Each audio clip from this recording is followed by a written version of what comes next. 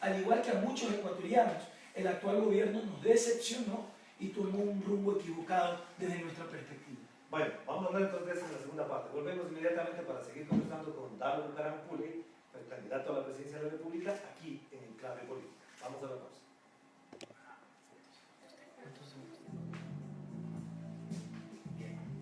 Por favor, no cruzarse en este espacio porque se mueve esa cámara. Orlando, No, miren a la cámara, por favor. Cuento mucho que con las sombras, cuando ellos maniobran las Vamos sombras. con el tema. Mande ¿Quién le manda la frase al Ángel? la diaca. O sea, es cuestión de disponerlos ahí. Sí, la diaca. Ahí, o me tomo una palabra o me tomo Ahorita las propuestas. Vamos ahorita vamos con las propuestas, las tesis, los programas, la economía, y en la tercera parte vamos a entrar con el tema ya de la Cuidado cuando se mueve por este sector, se mueve la cámara. Vamos.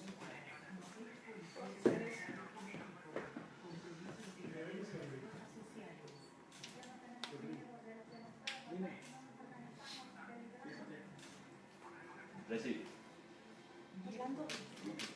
Orlando, si puedes pila red. Ready. Posiciones, todos, por favor.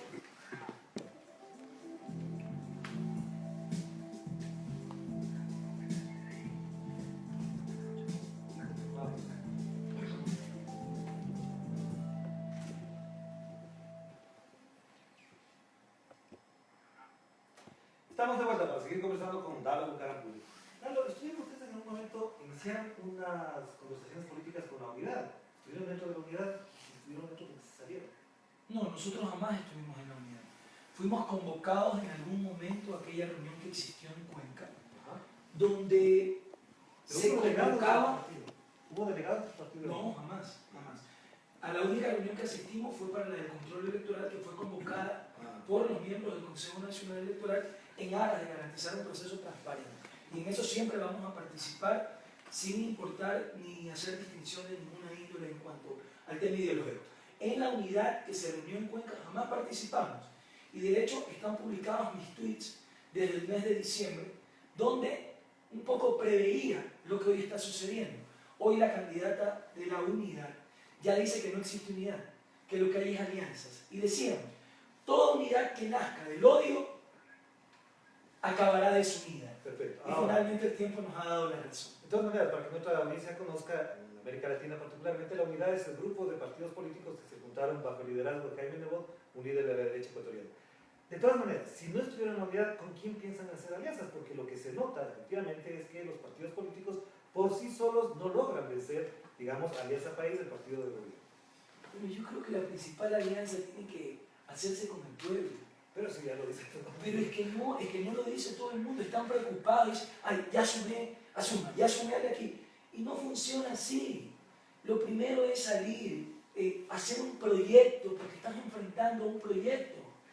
Que esté equivocado, que esté caducado desde mi óptica, eso es otra historia, pero es un proyecto que representa el continuismo, que representa la crisis que hoy vive el Ecuador, esa es otra historia, pero tienes que saber cómo enfrentarlo, escuchando precisamente a todos aquellos sectores que hoy, lamentablemente, el gobierno ya no escucha, aquellos sectores que llevaron a este gobierno al poder y que hoy se sienten decepcionados. Son con ellos con quienes hay que construir el gran proceso de unidad. ¿Cómo puedo yo hoy salir a unirme con el candidato de la banca, con aquel que dio un feriado bancario en este país, aquel que hoy dice que le importa más el ser humano que el capital y que a pesar de que en su libro decía que no descartaba explotar el Yasuní, hoy dice que no, que más importante es el ser humano por encima del capital? Y le importó a él cuando miles de ecuatorianos se suicidaban, mientras él con su banco se ganaban 17 millones de dólares en la peor crisis de la historia del Ecuador, que fue el feriado bancario.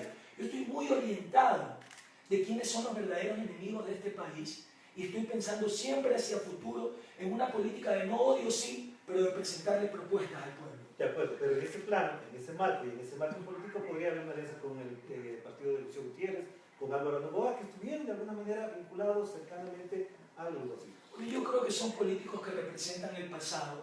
Y a pesar, mi estimado Orlando, que usted me dice que no me habla del pasado, me sigue hablando del roldosismo y no de Fuerza Ecuador, que es una nueva organización política socialdemócrata de centro-izquierda que propone constituir una historia propia, una fuerza propia que le permita al pueblo tener una alternativa. ¿Por qué hay tanto nivel de indecisión?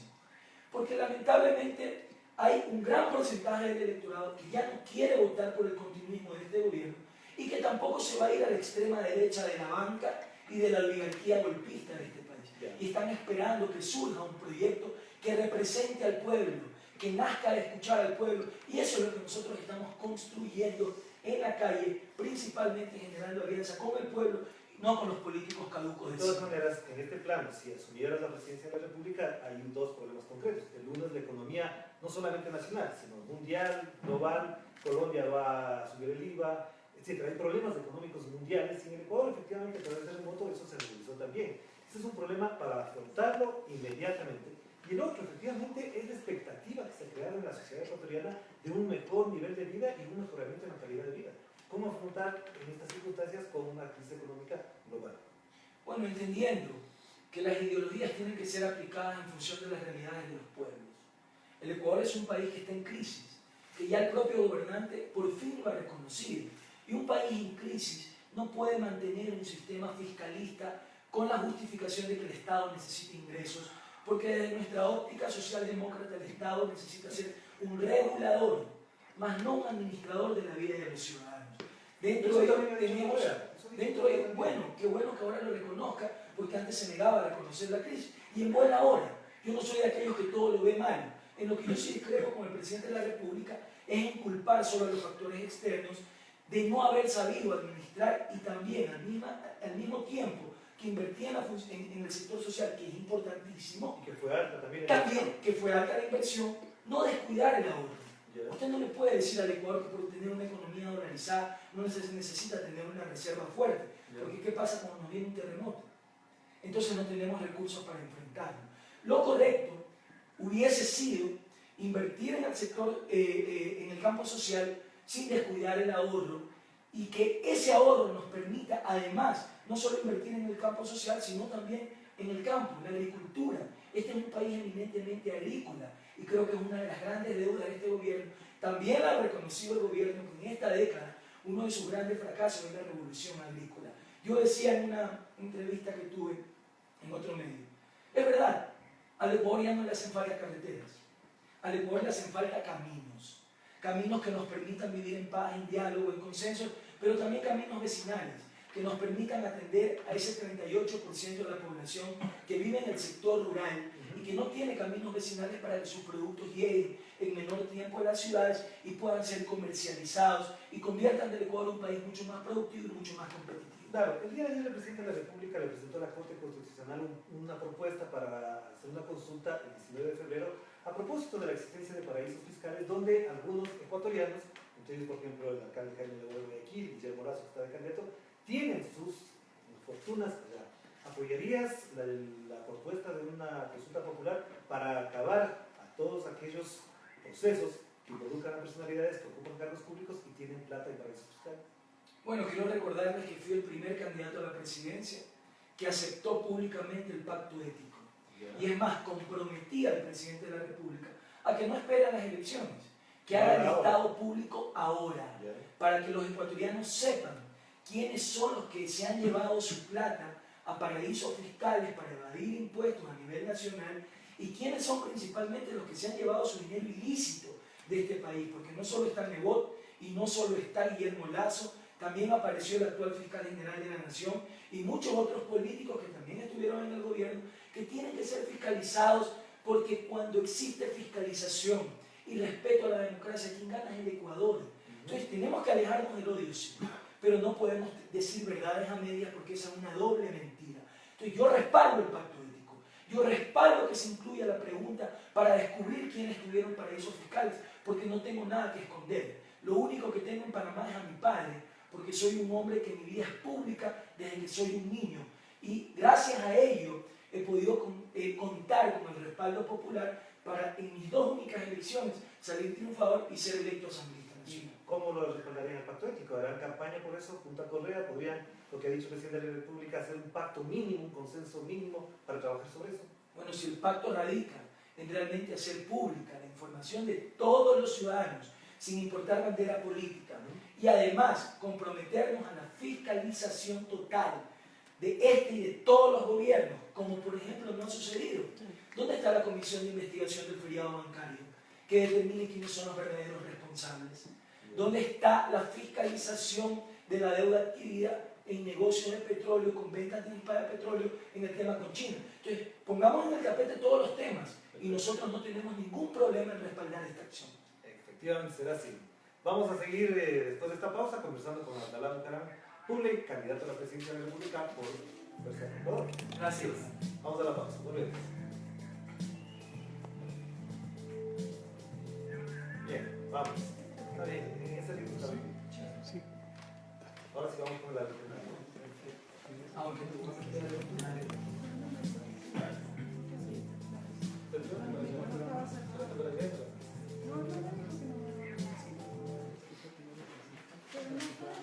¿Ah? La segunda vuelta. Ah, ya.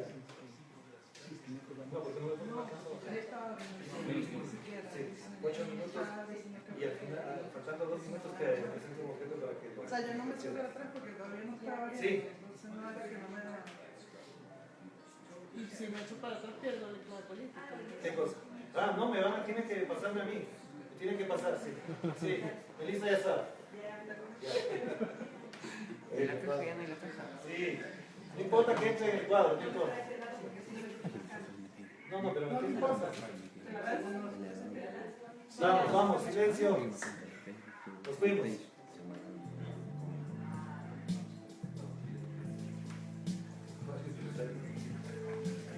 Te quieren. Mis amigos te quieren. No, pero está bien, ¿no? Bien.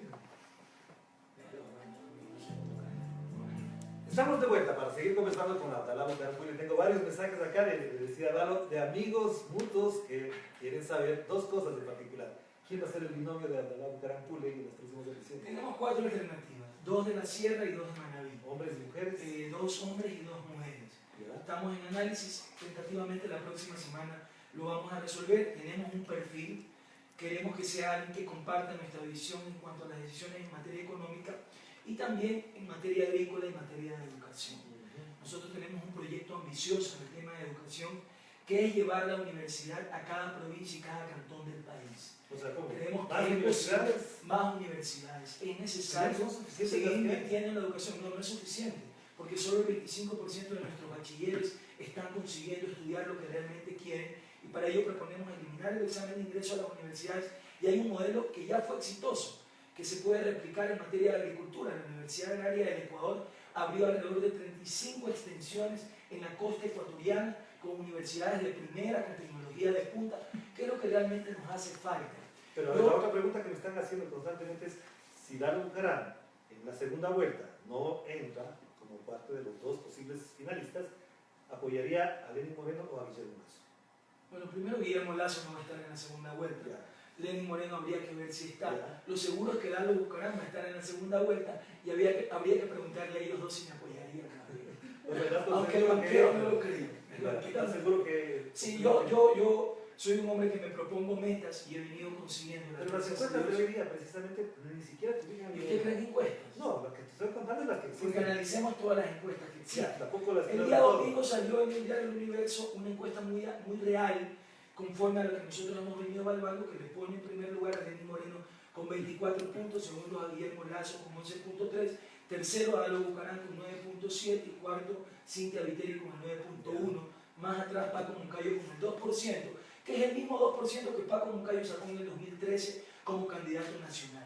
Así que no nos preocupan las encuestas, porque sabemos que las encuestas responden principalmente al bolsillo que las paga. Okay. Así que estamos preocupados más bien de seguir escuchando al pueblo, y por eso vamos a iniciar esta gran consulta nacional de 1,5 millones de ecuatorianos para seguir recogiendo las preocupaciones de nuestro pueblo. Bueno, como este programa se ve en todo el nivel, lo que queremos también es a nivel regional saber cuál es la visión que tiene Dalo Bucaram sobre los problemas regionales. de llegar a la presidencia de la República, sostendrá, apoyará y desarrollará más CELAC, UNASUR, los procesos que hay de integración del Banco del Sur, qué pasará con esos procesos que ahora aparentemente tienen dificultades. Mire, yo creo que lamentablemente este periodo que hemos vivido en esta década perdió una gran oportunidad de cumplir el sueño de Bolívar y de integrar la Gran América por dedicarse más bien a juntarse a de cómo sacar provecho de aquello. Y se ha perdido una oportunidad porque se terminó convirtiendo este proceso en lo mismo que se criticaba en el pasado. Y hoy el pueblo por eso hoy busca nuevas alternativas. No se trata de destruir las relaciones ya construidas. Yo leo muchas opiniones de políticos adversarios que dicen hay que acabar la relación con China. Es un tonto el que acaba la relación con China. China hoy es una potencia Lo mismo mundial. sería acabar con Estados Unidos. Pero lo mismo hay que rescatar al Ecuador de ese sesgo ideológico que no lo ha permitido tener relaciones fuertes con países como Estados Unidos, firmar tratados con la Unión Europea, siempre y cuando se respete la producción nacional agrícola. Porque para nuestra óptica el futuro del Ecuador está en la agricultura, en una verdadera revolución agrícola. ¿Apoyarías la Alianza para el Pacífico, que Ecuador se integre a la Apoyaría la Alianza para el Pacífico en tanto y en cuanto no afecte a la producción nacional. Posiblemente afecte en un porcentaje, pero tenemos que entender que estamos en crisis y que es necesario que el Ecuador acceda a más mercados internacionales que le representen condiciones más favorables, no solo a nivel crediticio, sino de acuerdos comerciales también. De llegar a la presidencia, Dalo Bucarán tendría presente algún nombre para apoyar el reemplazo de Daniel Samper a la UNASUR. Bueno, tendríamos que estudiarlo. Nosotros hemos dicho que vamos a respaldar todos los procesos que beneficien al Ecuador y que en nuestro gobierno no van a gobernar mis amigos. En nuestro gobierno vamos a invitar a los diferentes ciudadanos de los diferentes sectores, de las diferentes organizaciones políticas que hayan demostrado capacidad en el ejercicio de sus cargos para conformar un mejor gobierno. Si en algo ha fallado el actual régimen, es en creer que un solo hombre puede manejar toda una nación. El mejor gobierno es el que está integrado por los mejores de los diferentes sectores de cada área. Me sorprendió una cosa, restituir la figura de la primera dama, dijiste en una entrevista. Para mí eso es fundamental. ¿Por qué? Porque Las estoy feministas te van a convencido- decir que no. ¿Por qué? Si las feministas también son Porque no madres. eligen a una mujer, se eligen al presidente. Pero también son madres de familia. ¿Qué rol tendría Y la la primera primera dama? dama juega un rol social protagónico en el futuro de las familias del Ecuador. ¿Cómo? No hay que destruir el diseño de la familia. El feminismo no tiene nada que ver con enfrentar al diseño de familia encabezado e instaurado por el padre y una madre.